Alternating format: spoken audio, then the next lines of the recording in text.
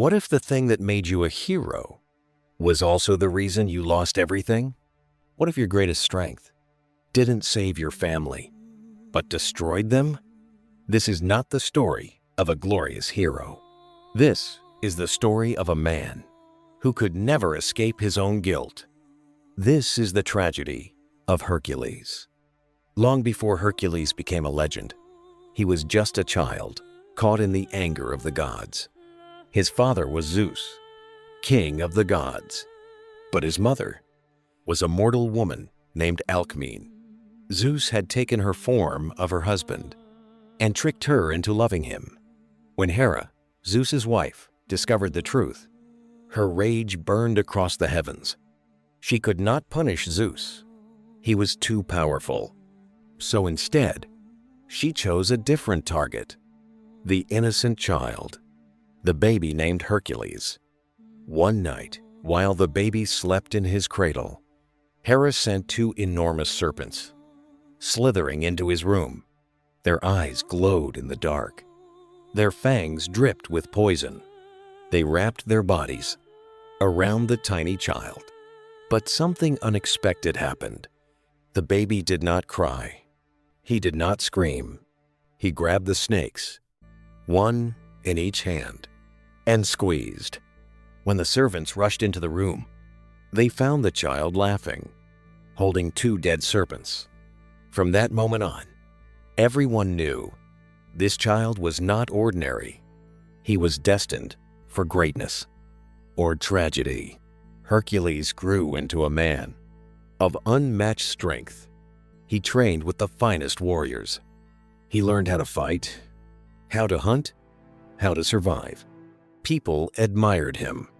They called him a hero. And for a time, his life was peaceful. He married a kind woman named Megara. Together, they had children. He had everything a man could ever want: a home, a family, a future.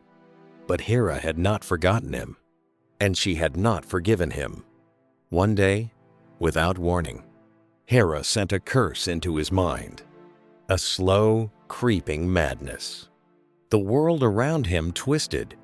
Voices echoed in his head. Shadows moved where there were none. He no longer saw his home. He no longer saw his family. In his eyes, monsters had entered his house. Enemies stood before him. And so, the great hero lifted his weapon. He attacked.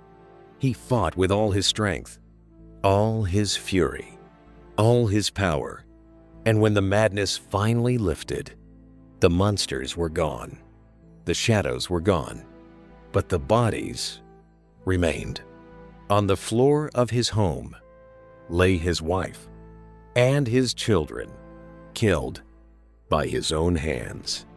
When Hercules realized what he had done, he collapsed. A man strong enough to crush mountains fell to his knees. He could defeat any enemy, but he could not defeat his own mind. He wandered in grief, in shame, in unbearable guilt. Finally, he traveled to the Oracle of Delphi, seeking a way to cleanse his soul. He begged for punishment, for redemption, for anything that could ease his pain. The oracle gave him an answer, but it was not mercy. It was servitude. Hercules was ordered to serve King Eurystheus. The king hated him, and he gave Hercules impossible tasks. These would become known as the 12 labors. He was sent to kill the invincible Nemean lion. He fought the many-headed hydra, whose heads grew back when cut. He captured wild beasts, cleaned impossible filth, and even journeyed to the underworld itself. Each labor was deadly. Each task was torture. But Hercules never refused, because this was not about glory. This was not about fame. Every monster he killed, every trial he survived, was a step toward forgiveness, a step toward peace, a step away from the memory of his own children. In the end, Hercules completed all 12 labors. The world called him the greatest hero of all time. Songs were sung about him.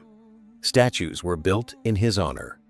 But legends rarely speak about his nights, about the silence, about the memories.